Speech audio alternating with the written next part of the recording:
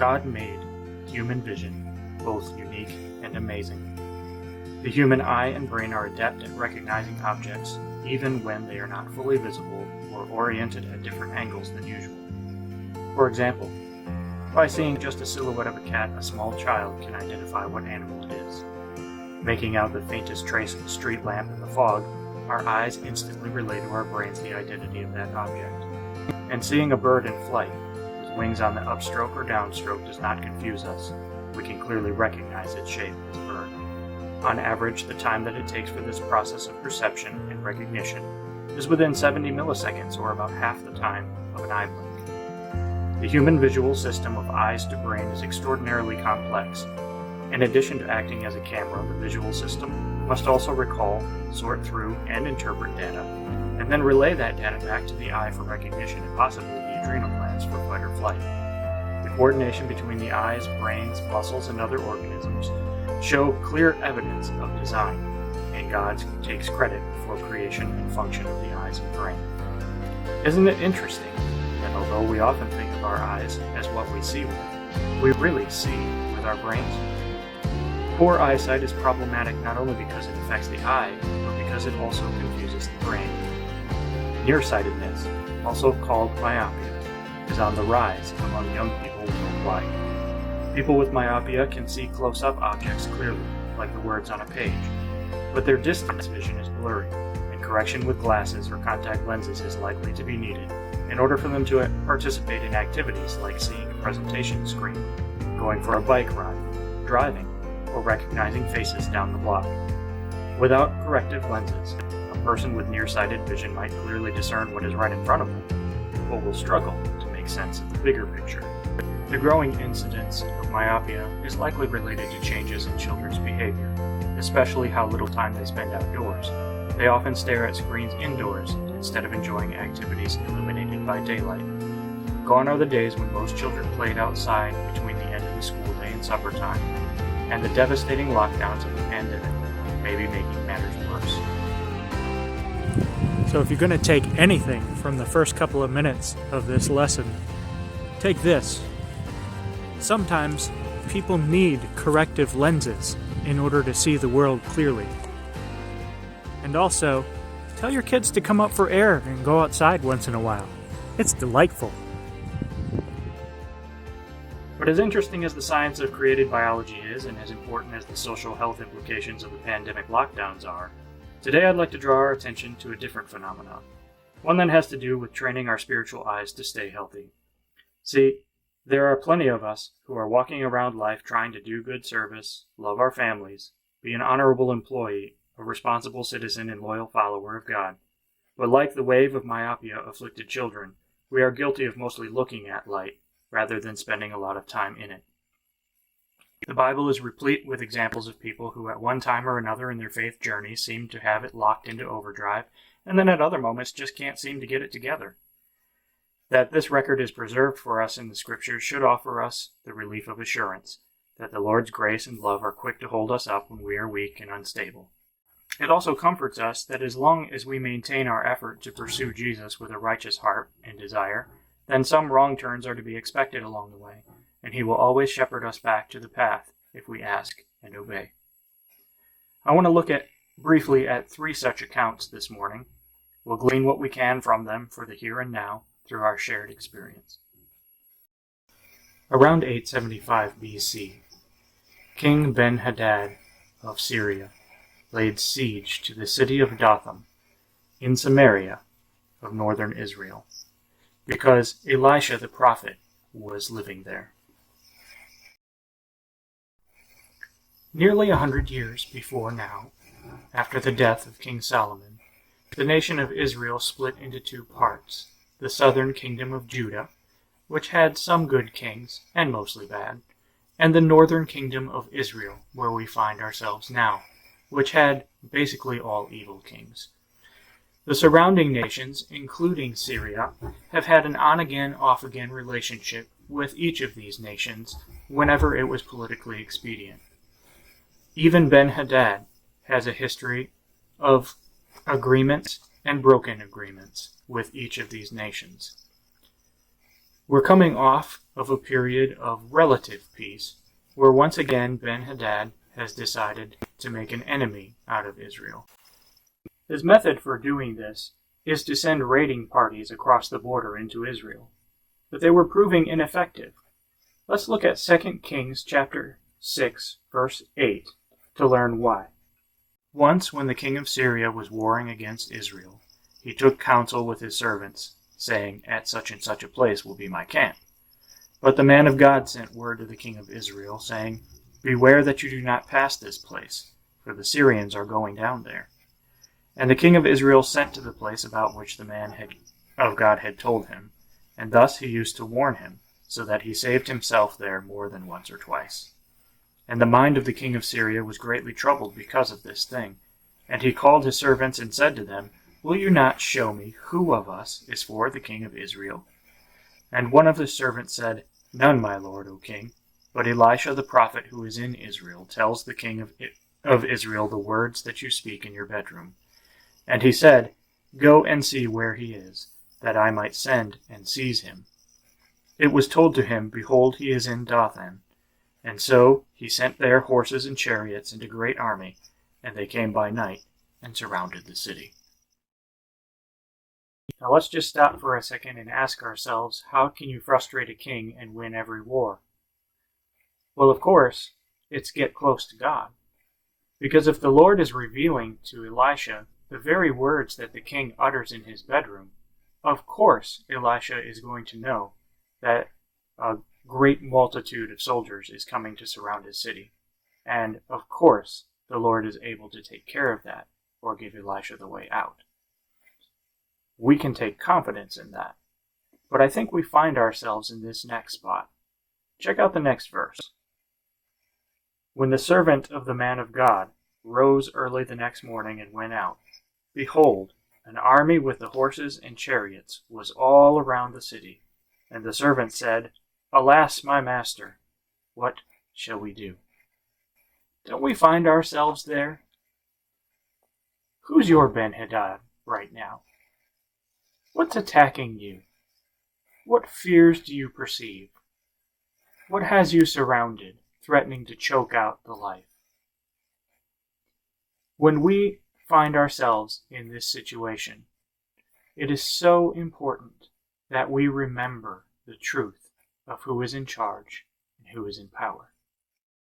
Over here in the youth room, we talk about having healthy spiritual eyesight using the term putting on our gospel lenses, meaning the way that the Lord created the world to be is the true way that we're going to view how the world is.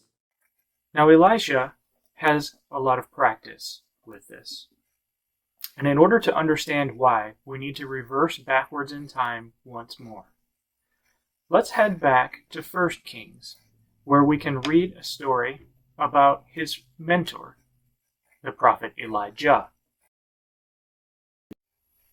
Now, as we previously mentioned, about 100 years prior to this, when the nation of Israel split in two, Jeroboam became the king of northern Israel.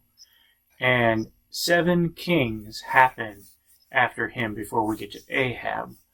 Now, the kings of northern Israel all trend toward evil. They all dabble in some idolatry.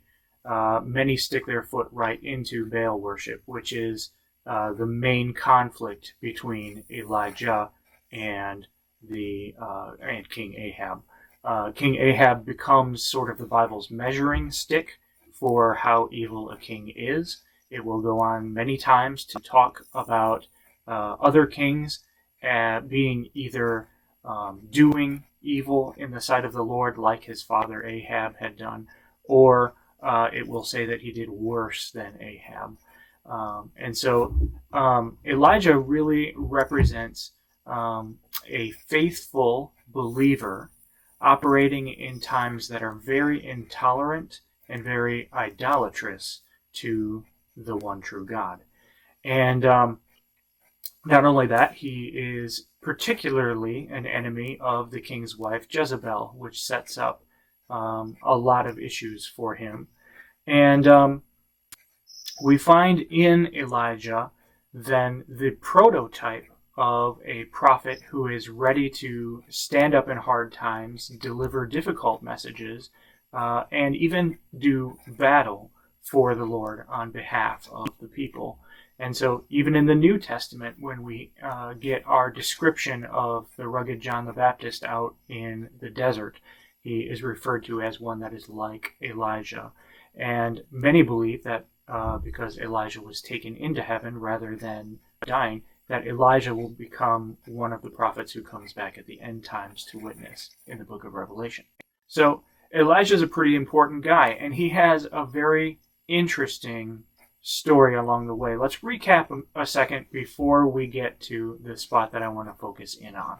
Elijah begins his ministry when Ahab builds a house to Baal. Now, the Bible doesn't record the details specifically through the eyes of Elijah in the story, but Obadiah in his book does call him master, and Ahab he calls troubler. So the house gets built. It's burned down by Jehu in 841, and sometime in between there, Jezebel kills all of the prophets that are protected by Obadiah. We read about them when Elijah is about to reveal himself to Ahab.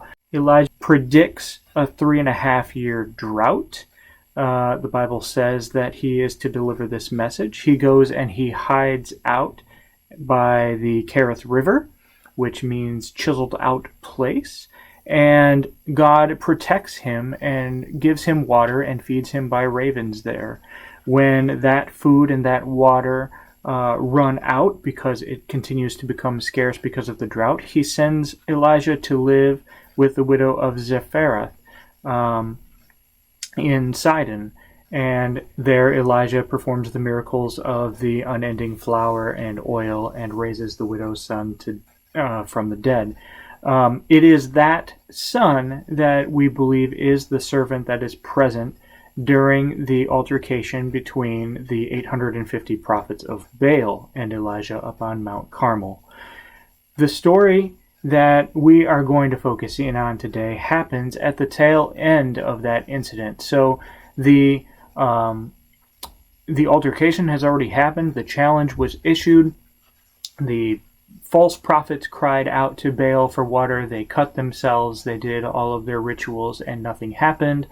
Elijah steps up to the plate, has them dig a trench around the offering to the one true God, tells them to drench it with water, which has a couple of different interesting meanings. One, we know that water doesn't burn, and secondly, water was extremely valuable, so it's poured out as an offering to the God of Israel. And he prays, and the fire falls, and the nation of Israel's heart is quickened back to God, and the false prophets are put to death.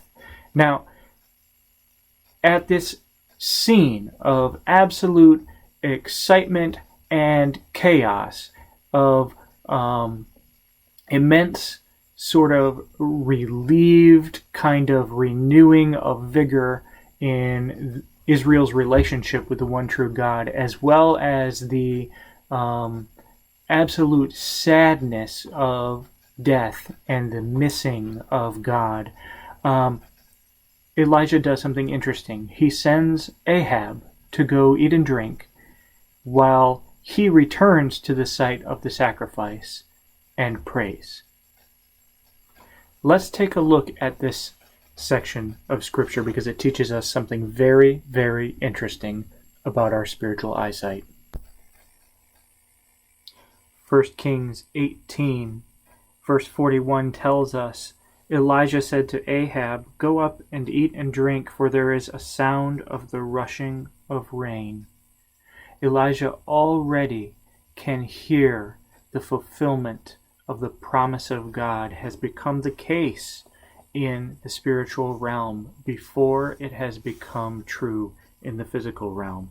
And so Ahab went up to eat and to drink, and Elijah went to the top of Mount Carmel, and he bowed himself down on the earth and put his face between his knees. And he said to his servant, "Go up now, look toward the sea." And he went up and looked and said, "There is nothing." Doesn't this sound like the story we read before. Elijah has just won a contest against amazing odds against an incredibly cruel leader. This is a king that has sought his life on many occasions, who's married to a wife who has a vendetta against Elijah. If the words of the sound of rain that is promised do not occur, Elijah is in serious, serious trouble. And when we looked at Elisha surrounded in the city, that servant was struck with fear as well. Remember, who is your Ben Haddad? What is attacking you? What has you surrounded? What is the fear of King Ahab in your life right now? Let's continue on. Verse 43. And he said to his servant, Go up now, look toward the sea. And he went up and looked and said, There is nothing. And he said again, Go again, 7 times. And at the 7th time he said, Behold, a little cloud like a man's hand is rising from the sea. And he said, Go up, say to Ahab, Prepare your chariot and go down, lest the rain stop you. And in a little while the heavens grew black, and clouds and wind, and there was a great rain. And Ahab rode and went to Jezreel. And the hand of the Lord was on Elijah, and he gathered up his garment and ran before Ahab to the entrance of the Jezreel. Go again 7 times. The first thing that we need to recognize when we look to train our spiritual eyes for health is that the answers are not immediate. You know, the scriptures don't tell us whether or not the servant actually went up 7 physical times, or whether it was meant to be metaphorical, like when Jesus said to forgive 7 times 77 times. But what we do know is that when we put on our gospel lenses, what we see is that we're to pray without ceasing and in belief until we see something happen in our physical world. Elijah's prayer life seems to demonstrate an enormous amount of confidence in the answer. And there are reasons for that. One, Elijah has been deployed to deliver the message that God is about to make it rain. And so he is simply believing what the Lord has said. The other part of it is that the reasoning behind the drought is because of the idolatry of Israel. And so when Elijah prayed for rain, the writer in Hebrews talks about his prayer being powerful and effective. We find that the strength of that power and the effectiveness of that prayer is directly related to the reasons why it would occur in the first place, which we find back in Deuteronomy. Elijah praying to stop the rain? That's impressive.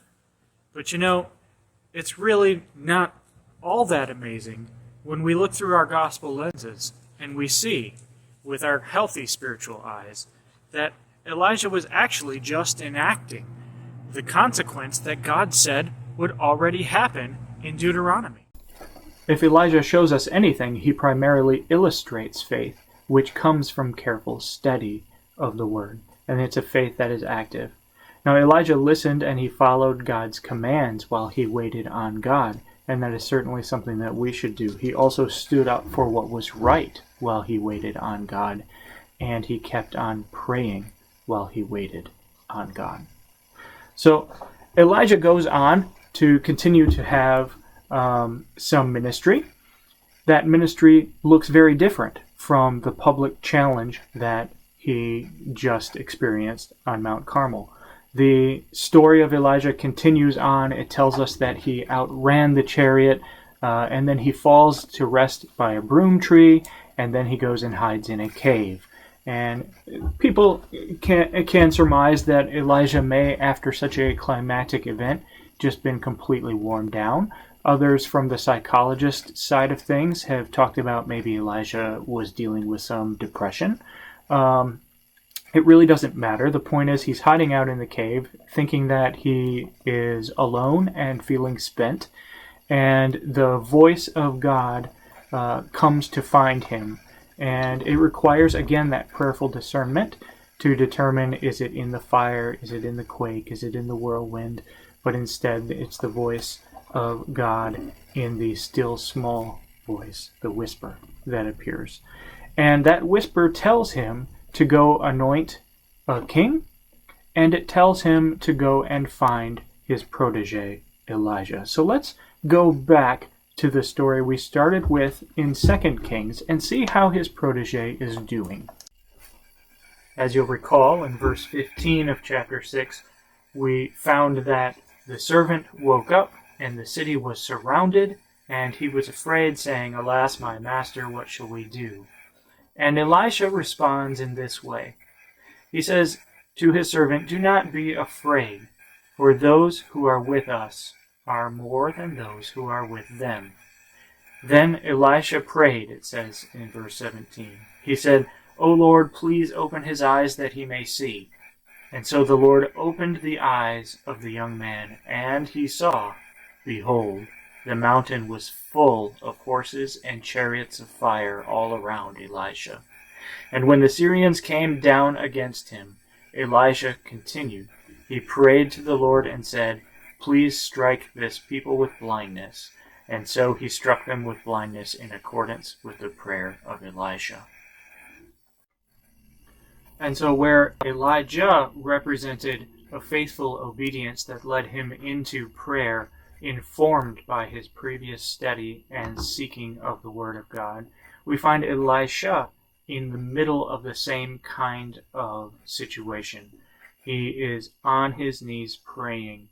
He is searching and looking for what God is going to do. And he longs for his servant to also be able to see.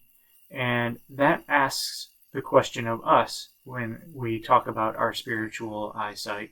What is it that we are looking for? And so when we talk about prayer, which flows from faith, that comes out of study, what we need to recognize is that quite often, when we can't see God working, and when we don't feel like things are working out, it is often because we have forgotten that there is something very real out there. Did you notice how in the story with Elijah, we have the puff of cloud like a man's hand? Isn't it interesting that God would reveal the presence of the thing he is doing through the shape of a hand, almost as if to say, "My hand will not be stopped, and my hand will not let you go." In the story of Elisha, we find fiery chariots and horses and angelic armies surrounding in and among all of the army that's out there and among Elisha where they stand, and the servant could not even see it. Doesn't it beg the question, didn't he know that God was there? I mean, this story of Elisha began with God revealing intimate details of what the king was saying at every given moment. Of course God knew what was going to happen, and of course God was orchestrating those events. Let's see what happens as the story continues to unfold. And so the Lord struck them with blindness. And Elisha said to them, "This is not the way. This is not the city. Follow me, and I will bring you to the man whom you seek." And he led them to Samaria. Verse 20 says, "As soon as they entered Samaria, Elisha said, 'O Lord, open the eyes of these men that they may see.' And so the Lord opened their eyes, and they saw, and behold, they were in the midst of Samaria. As soon as the king of Israel saw them, he said to Elisha, 'My father, shall I strike them down? Shall I strike them down?' He answered, 'You shall not strike them down.'" What an opportunity for the king. Northern Israel could take retribution right now on this army of raiders that were seeking to take captive their prophet and have been causing economic problems, right? They're all blind. They have no idea. But Elisha says no. And he forces the king to think through. In 22, he answered, "You shall not strike them down. Would you strike down those whom you have taken captive with your sword and with your bow?" Meaning, would you kill someone who was already captive and defenseless? Rather, set bread and water before them that they may eat and drink and go on to their master. So he prepared for them a great feast, and when they had eaten and drunk, he sent them away, and they went to their master. And the Syrians did not come again on raids into the land of Israel. So here Elisha offers us further example of how this process is supposed to work. Elijah knew the word. He acted in faith based on what that word said was true. Then he prayed while he waited for God to make it so on earth as it is in heaven. Elisha asked that his servant would be able to see the very presence of God, that thing that the Word tells us is true. He acted in faith and prayed while he waited for it to become so on earth as it is in heaven. And then he had to act in accordance with the character of God. These helpless captives, do you slay them? The king of northern Israel wanted to do just that. But the instruction was instead, treat them well. This is actually referencing an Arabic custom of the area. When you show hospitality to someone in your home court, in your tent, you have now befriended them, and they are to show hospitality to you. And so, rather than settling a conflict through force, what has happened is Elisha has once again reformed the temporary arrangement of friendship. He's brokered a peace deal, a ceasefire between Ben-Hadad and Joram. The question I have for you, we started this talking about our own nearsightedness. We looked at two stories, and I was asking you, what's your fear? Who's surrounding your city? Who's your Ben-Hadad or your Ahab? Maybe the real question we should be asking is not what the fear is. Maybe the real question we should be asking as we look to train our spiritual eyes is, what is stronger than that fear? And can you stay trained upon it? We know that God is love. We know that perfect love drives out fear. We know that no fear and no weapon that's fashioned against us can stand. We know that if God is for us, who can be against us? We know that our God is the God of all creation, is the author of the entire story, and holds us in the palm of his hand where none can snatch us out. And so I wonder if when we look to train our spiritual eyes, it isn't so much the distractions, but it's more, what is it we're focused on? The perfect love that drives out fear and conquers all. And folks, today I just want to encourage us to be working on trying to train our eyes to see that God who never leaves or forsakes or abandons us. The one that allows us to be pressed, but never crushed. The one that allows us to be persecuted, but never abandons us. Folks, it's really simple. We act based on what we hear in prayer. We cannot hear anything in prayer if we don't spend time in prayer, and we can't know that what we hear in prayer is good advice and from the Lord unless we know the Lord well. And so, in order to train our spiritual eyes, we need to both spend time in prayer, and we need to back that up by spending time in His Word. There is no substitute. Unfortunately, like nearsightedness, it is likely that our problem will never fully go away. But as we practice putting our gospel lenses on and seeing the world the way that He does, we gradually begin to see with healthier spiritual eyes. Believe it. believe it. The Lord is enough. I don't know what it is that you're dealing with. I don't know what it is that feels insurmountable to you. I don't know what the enemy has circled its wagons around you with. But I know that in order to keep our eyes fixed on Christ, we must know His Word and dwell upon His Word. And that's what I have for you this morning.